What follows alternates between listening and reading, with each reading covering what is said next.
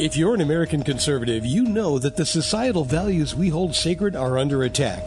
They are hanging in the balance. How can you protect those values? By staying informed. The Closing Argument will deliver news and supporting evidence you need to support and defend those values. Here's Paul Smith. Good morning. This is Paul Smith, your host of The Closing Argument. In these podcasts, we discuss some of the important, controversial, moral, political, and legal issues that affect us and our families. Today, we're going to talk about the primary loss of Liz Cheney that took place a couple of days ago, as well as what is going on with the raid on the Trump home in Florida and the current efforts afoot to attempt to have the affidavit disclosed that was the basis for the search. These are very timely and important events for reasons that we will express a little later. So I first want to say a few things about the defeat of Liz Cheney, and then I'll get on to the raid. One other tidbit that happened. All right, I live in Frederick, Maryland. So in the last week, something very interesting happened here. We had a primary election for county council in the county of Frederick. I happen to live in District 3. I am supporting Shelley Alloy, who will be the Republican candidate for that office. But in the primary that was concluded a week ago, two Democrats vied for that position, MC Keegan-Ayer and a lady named Jasmine DeCola. It took a couple of weeks after the election before they determined the winner of that Democrat primary, and the winner was Jasmine DeCola, who won by one vote. Almost as soon as that was announced, there was a case filed by MC Keegan-Ayer who challenged Jasmine DeCola and said she didn't live in the election district and therefore she should be disqualified. Lo and behold, the court did disqualify her. What an interesting turn of events. So you kind of wonder, how could someone not get their residence right? I don't remember exactly what the legal issue was, whether she just didn't know where she lived or whether she was really living one place and trying to claim that she lived somewhere else. And anyway, what a bizarre political event. And it shows sometimes elections are really close. Now, Liz Cheney on Tuesday, this was August 16th, lost her primary against Harriet Hageman in Wyoming. Now, Liz had won her seat 2 years ago by getting about 73% of Wyoming. But something happened. She had been a supporter of Trump during his presidency in over 90% of the matters where Trump and his administration wanted one thing, she voted with them. But when he claimed that he had won and that he and began to challenge the results of the presidential election, she turned against him, claimed that he was trying to destroy the democracy, that he was a liar, and she pledged that she was going to do everything she could to prevent him from ever returning to the Oval Office. She then became the vice chair of the January 6th committee and has openly stated in virtually every public committee meeting they have that she's out to get him, that she wants the Department of Justice to charge him for a crime. What crime? I don't know. They haven't identified a crime yet. She just wants him convicted. Her obsession is just that. It's an excessive obsession, and she's not even correct, in my opinion. The fact that he wanted the Congress not to certify Biden as the winner on January 6th is a position that Democrats had taken, and he took it.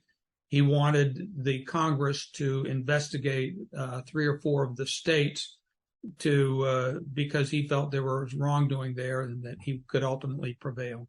As we all know, the certification vote went forward after the riots. And from that point on, the Democrats and 2 Republicans in Congress, Liz Cheney and Adam Kinzinger, have tried to get Trump arrested and are trying to dig up the dirt on Trump. The interesting thing is 99% or 95% of the Republicans actually disagree with Liz and Kinzinger, and they think there actually were some problems, even though they acknowledge Biden won. But the types of problems the states could have and should have prevented some improper voting. The state legislatures should have been the ones to determine voting requirements, not governors and other administrators. And anyway, so there were some unresolved things. And so Republicans like me don't necessarily agree with everything Trump did, but we don't find that his objecting to Congress certifying this on January 6th was an act that was intended to undermine the democracy. In fact, it was an act that was intended to preserve democracy and make sure that the rules of the Constitution were complied with, and to make sure that real voters voted, that there was not voter fraud and other things. So rather than Trump being the anti-democracy guy, as Cheney paints him, they believe that there was a basis for his complaints.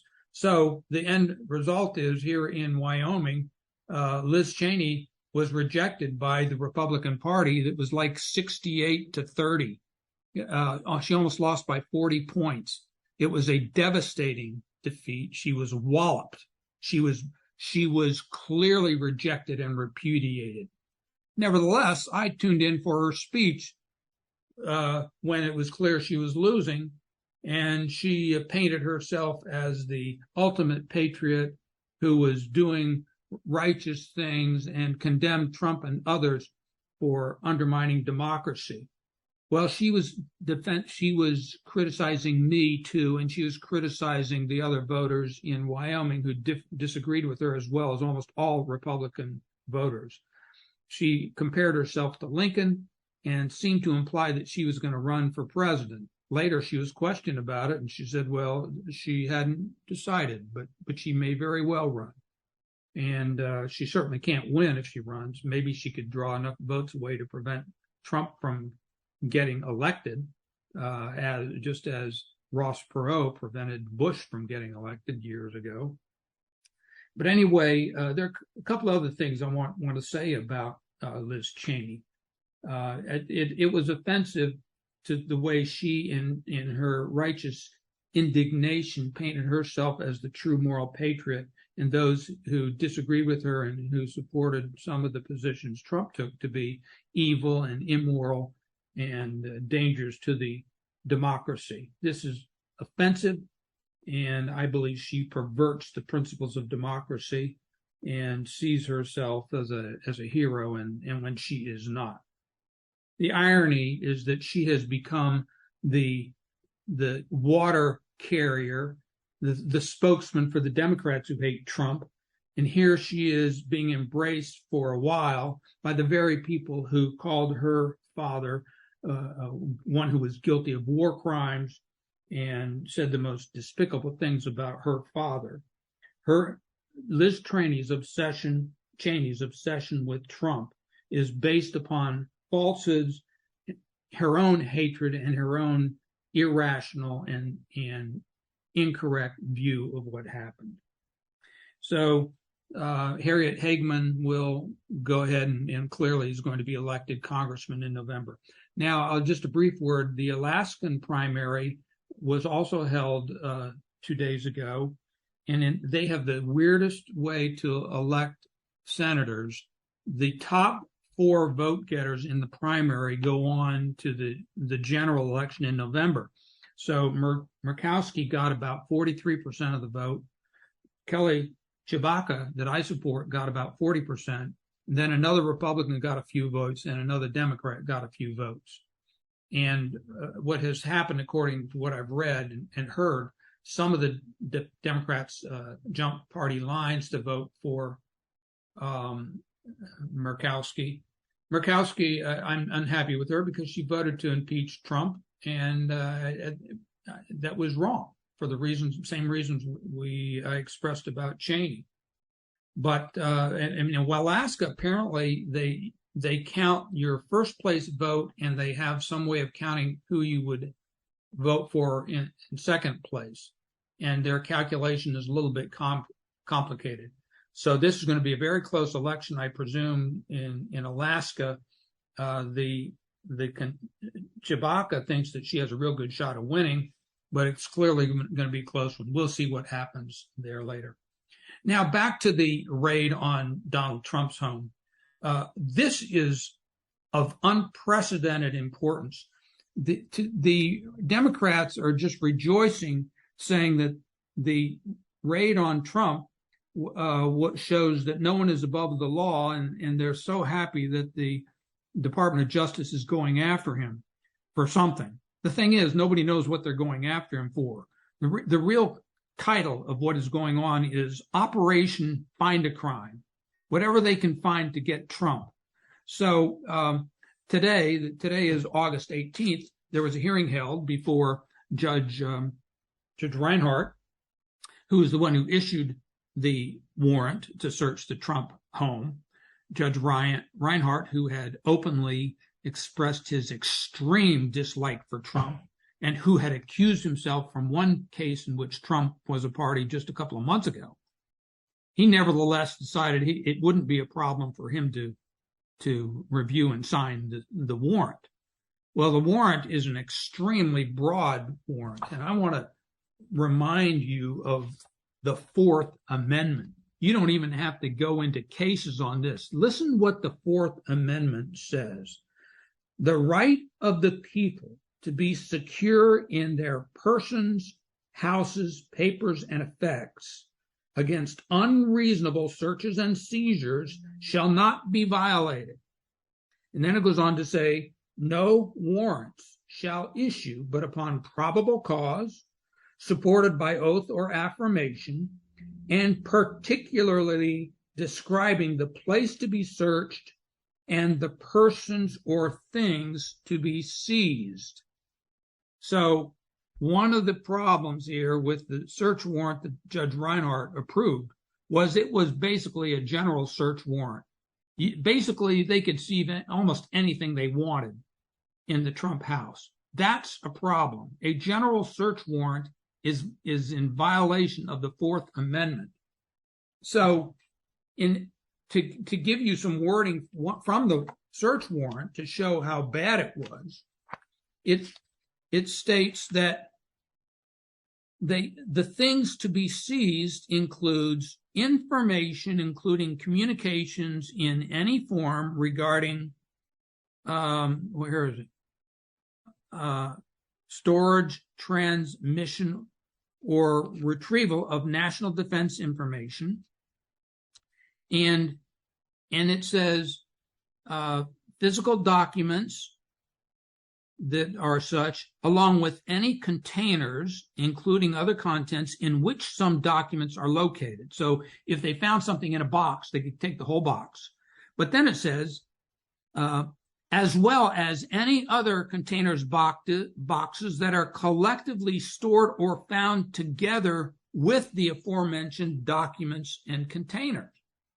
So if they go through Trump's house, found a box that had something in it that was particularly identified, then they could get any of the boxes that were found together with it, whatever that means. Do the boxes have to be touching? Or if they're in the same room, is that sufficient?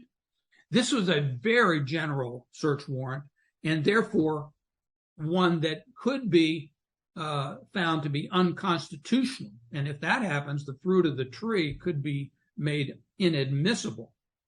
Of course, that's not the remedy that Bush wants, that Trump wants in this case, because he doesn't want to win on a technicality saying, well, they found evidence, but it's not admissible.